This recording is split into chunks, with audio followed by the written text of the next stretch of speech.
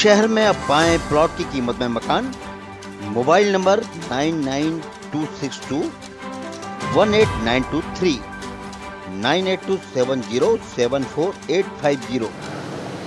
नमस्कार, मेरे साथ सूबेदार प्रहलाद सिंह भदौरिया जी मौजूद हैं और आज हम जानेंगे इनसे कि जो इंडिया में ये चल रहा है, आवक जवक चल रही है, तो ये सर देश के लिए कितना सही है या गलत है? क्योंकि ये राजनीतिक मामला बन जाता है तो देश के हित में कतई नहीं है। अगर आने जाने वाले के दिल मानवता को लेकर के है तो कोई नुकसान नहीं है, लेकिन लगता नहीं है। सिक्योरिटी कंसेप्टिव हो सकता है, जासूस हो सकते हैं, जैसे कि पहले हमारे यहाँ विषकन्याएँ जाती रही हैं, उनसे बड़ा देश का नुकसान हुआ है और ऐसा ही अभी लग रहा है और ऐसा ही देखते रहे हम। तो इसलिए कहने को तो कोई कुछ भी कहता है, अपने अपने विचार हैं, लेकिन हकीकत यह है कि इसका खामियाजा फौज को भुगतना पड़ता है और पब्लिक को भुगतना पड़ता है। और ये जो है ये बहुत सूझबूझ से काम करने की चीज़ है। आम आदमी इसमें निर्णय नहीं दे सकता है, तो इस पर यही है कि नज़र तो रखी जानी चाहिए। सर मेरा कहना ये है कि 3 देश 4 देश पास करने के बाद में इंडिया में जब कोई आता है तो कोई जांच पड़ताल नहीं हुई बीच में, कैसे आ गई, क्या ये शंकास्पद बात है? तो आप उसमें क्या कहना चाहेंगे? हम तो कहते हैं इसमें जो है ना सुरक्षा जांच होना चाहिए और कड़ी कस्टडी होना चाहिए। ऐसे नहीं कि कोई आए और चला जाए, कुछ भी करके चला जाए। तो आते आदमी का चेहरा अलग होता है, भावना अलग होती है और भावना का परिणाम रिएक्शन में देखने को मिलता है, जो बाद में हमको भुगतना पड़ता है। इसलिए सख्त जांच होना चाहिए। और मैं तो ये कहता हूँ कि इतनी दूर से जो है ना ये ऐसे कैसे हुआ, सामने वाले से संपर्क नहीं हुआ और वहाँ इतना तुम्हारा अनुराग हो गया, जो कतई उचित नहीं लगता है। बाकी कहने वाले तो कुछ भी कहेंगे, अपने अपने समझते हैं। मतलब सर अपन ये कह सकते हैं कि कहीं ना कहीं ये जासूस भी हो सकती है। हो सकते हैं, यही शंका ज़्यादा लगती है हमको। जिस तरीके से ट्रेनिंग उसको दी गई है, भाषा का चयन करना, भाषा को कैसे प्रदर्शित करना, और हर तरीके से देखा जा रहा है तो वो पूरी तरीके से इंडियन बनना चाह रही है। हाँ। तो वो क्या है, ट्रेनिंग का एक नतीजा है? दिखाना चाहते हैं और ये जो दिखाई देता है कि बहुत वेल ट्रेंड जो है ओके करके भेजा गया है कि जो है जल्दी आपको पकड़ ना पाए कोई। नहीं तो साधारण आदमी होता तो पता चल जाता अभी तक कि असलियत क्या है, और जो असलियत अभी तक सिक्योरिटी वालों को नहीं पता चला है तो आम और हमारे जैसे क्या बता पाएंगे। एटीएस सर लगातार जांच कर रही है उसकी, तो लेकिन एटीएस ने भी पाया है कहीं ना कहीं वो सही पा रही है। कुछ सवालों के जवाब नहीं दे पाई, कुछ सवालों के जवाब दिए, तो कहीं ना कहीं पशुपेश में हैं दोनों। तो क्या कहना चाहेंगे इसमें? अब कहना क्या है, इसमें जो है जांच होना चाहिए और इनको जो है फ्री हैंड कतई नहीं देना चाहिए, और रहते हैं तो सीमित दायरे में रहें, पब्लिक में न जाएं। और जब ये निश्चित हो जाए कि भाई ये मतलब भारतीय मन बदल गया है, भारतीयता आ गई है, तो जिसकी संभावना हमें नहीं लगती है, क्योंकि जितने भी अभी तक देखें उनमें जो है परिणाम गलत ही निकले, देश के घातक हुए।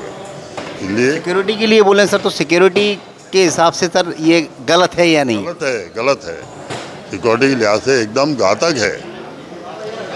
अब कोई 1% सही हो सकता है, लेकिन जिसकी कल्पना ही की जा सकती है, और बना तो घातक ही दिखाई दे रहा है। मतलब ये कह सकते हैं कहीं ना कहीं सीमा जासूस भी हो सकती है। हाँ, बिल्कुल हो सकती है। ये कहा नहीं जा सकता है, लेकिन हो सकती है, ये भी दृढ़ता के साथ कहा जा सकता है, इसमें कोई गलत नहीं। 95 में रिटायर हुआ राजपूत रेजिमेंट से। हाँ, 28 साल फौज में नौकरी किया, सक्रिय सेना में लड़ाई किया, 71 की लड़ाई लड़ा, और उससे पहले जो है ना ये सब देखा है। अभी हम जो है कभी आतंकवादियों को पकड़ते थे और फिर उसको सम्मान के साथ हम ही छोड़ने जाते थे, तो हमारे लिए कितना, हमारे दिल पे क्या बीतती है, जिन्होंने हमने खून बहा के पकड़ा और फिर उसे हम सम्मान करने जा रहे हैं। ये पॉलिटिक्स तो कह देती बड़ी आराम से, लेकिन हमसे देखो क्या कीमत चुकाई हमने। तो जो आज देख रहे हैं, जैसे कलेक्टर साहब ने कहा कि हम ये तो चाहते हैं कि क्या हुआ जी, मर गए, उनको हमने क्या दिया, आज़ाद फौज वालों को क्या दिया हमने, तो उनकी भी तो सोचो। तो उन्होंने दिया जिसका हम आनंद ले रहे हैं, तो हमें तो कुछ देने के लिए रहना चाहिए, ये भी विचार करना चाहिए। सर कोई वाकया आपके लाइफ में, कोई घटना ऐसी आपके सामने घटित हुई हो उस टाइम पे, आपके टाइम पे जब भी? बहुत घटना होती रहती है। और नागालैंड में जब ये नागा विद्रोही बन रहे थे तो किरण मौर्य को फौज ने पकड़ा, बताया कि भाई हमने महान आतंकवादी पकड़ लिया है। तो बोला नहीं, उसको कुछ उल्टा पुल्टा नहीं बोलना और उसको सम्मान के साथ वो घर पहुंचा के आओ। तो कहने वालों ने कह दिया, उनका कुछ गया नहीं। ये क्या राजनीति दबाव रहता है या सर? या राजनीति था। और ये परिवर्तन अभी देखने को मिल रहा है, क्योंकि पहले आतंकवादी यानी पहले पब्लिक मरती थी, फोर्स मरता था, लेकिन आतंकवादी एकांत मरता था और जो मर जाता था, जिससे मरता था उसमें मुकदमा चलता था। आज ये है तो पहले सैनिक को अपना बचाव करना पड़ता था, लेकिन अब जो है अपना बचाव नहीं कर रहा है। ये परिवर्तन आए, इससे हमारा हौसला बढ़ता है, वरना हम जो सिकड़े बैठे रहेंगे लड़ाई क्या लड़ेंगे। तो ये जो है सर मोदी जी के लिए क्या बोलना चाहेंगे आप? मोदी देश की आवश्यकता है और भारत को भारत रहना है, तो नहीं तो ये एक मौका, जैसा कि सुनने में आ रहा है कि एक मौका दे दो, मोदी को क्या जो है ना दोबारा चुनने का मौका ही नहीं मिलेगा। तो ये हमारी पब्लिक को सोचने की चीज़ है। बाकी तो वो तो जो कर ही रहा है, और उसे लोग कहते हैं कि मोदी ने ये नहीं किया, उसका कुछ नहीं बिगड़ेगा। बिगड़ेगा तो हमारा और देश का बिगड़ेगा।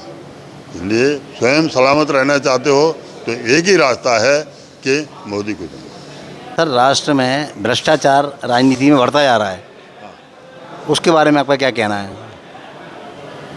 भ्रष्टाचार तो आदमी की आत्मा में बसा हुआ है और वो देखता है, इसलिए बढ़ता है कि जो भ्रष्टाचार कर लेता है वो उसका कोई रोकने वाला नहीं है, उसको और सम्मान मिलता है। जब भ्रष्टाचारी बड़े लेवल पर पकड़ा जाता है तब छोटा आदमी सोचता है अरे बड़े बड़े नहीं बच रहे तो हम कहाँ बचेंगे, वो बहुत सीधा हो जाता है। लेकिन जहाँ देखता है कि कर लो और कोई छेड़ने वाला नहीं है, किसी के पीछे लग जाओ, तो फिर बड़े बहुत लोगों का देखते हैं कि सीधा रास्ते चलने में दिक्कत है तो ऐसे चलो नहीं के पीछे, तो लाभ भी मिलेगा, जोखिम भी कुछ नहीं है। तो ये इस वजह से आतंकवाद बढ़ रहा है। ना आप देखिए कश्मीर में पहले जो आतंकवाद करते थे उनका खर्चा गवर्नमेंट उठा रही थी। ये कितना आश्चर्यजनक है कि जो देश को जो एक कहता था हमारे कि ये देश में तो आनंद है, डंडा मारो पैसा लो। क्योंकि डंडा मारने से जिसके डंडा लगे उससे पूछो कि इसे पैसा मिलना चाहिए कि सज़ा मिलना चाहिए। तो इसलिए भ्रष्टाचारी सम्मानित होता है और सुरक्षित हो रहता है तो भ्रष्टाचार बढ़ेगा। तो भ्रष्टाचारी को सज़ा मिलेगी तो भ्रष्टाचार रुकेगा। तो एक जो है भ्रष्टाचारी को सज़ा मिलती है तो कई सुधर जाते हैं, लेकिन नहीं मिलती है तो कई खड़े हो जाते हैं। आतंकवाद सर बताते हैं पाकिस्तान से ही आता है, तो ये सच्चाई कहाँ तक है? आतंकवाद तो पाकिस्तान होके ही आता है और पाकिस्तान जी ही रहा है, उसकी जो आर्थिक स्थिति आतंकवाद से ही चल रही है। भाई प्रोडक्शन कुछ नहीं है। तो हमने देखा 71 की लड़ाई में उनके पास जो था पूरा विदेश से लाया हुआ था, उनका प्रोडक्शन कुछ नहीं था। चूँकि उनको और कोई रास्ता ही नहीं है, आतंकवाद करेंगे तो पैसा मिलेगा तो आता है उधर से। और हमारे यहाँ जब एक जो बांग्लादेश की प्रधानमंत्री से पूछा कि आपके यहाँ हमारे यहाँ घुसपैठ कर रहे, तो बोला हमको दोष मत दो, आप अपने को दोष दो, आप हमें वोटर बना रहे हो, तुम वोट के लिए उनको बता रहे हो। तो वो जो कमी है वो भी भेज रहे हैं, उनकी गलती है, हम बुला रहे हैं, संरक्षण दे रहे हैं, हमारी गलती है। इसलिए अगर हमारा रास्ता बंद कर देंगे या आने पर उनको जो है ठिकाने लगा देंगे तो आने से पहले बहुत सोचेंगे, और ये कमी है। इंडियन अंजू के बारे में क्या कहना चाहेंगे, जो इंडिया से उसको फेसबुक पे प्यार हुआ और वो चली गई पाकिस्तान नसरुल्लाह से मिलने के लिए, तो उसके बारे में आप क्या कहना चाहेंगे? उसको बहिष्कार होना चाहिए हमारा। तो उसके उसके पति ने बोल दिया कि कोई नहीं हमारी, और हम भी कहेंगे भारतीय नहीं है वो, वहाँ रहे जो वो स्वीकार है। जैसे हम जो है ना हैदर को नहीं स्वीकार कर रहे, वैसे वो करें ना करें उनकी मर्जी है। मतलब कुल मिला के ये कह सकते हैं कि अपने भारत को बायकॉट कर देना चाहिए अंजू को। बिल्कुल बिल्कुल एकदम बाइकआउट कर देना चाहिए। बहुत बहुत नहीं, उससे हमारा आदमी था कहाँ। ये सब। तो ये थे सूबेदार जी भदौरिया जी हमारे साथ में। तो ऐसी ही खबर के साथ हम आपसे मिलते रहेंगे। नमस्कार।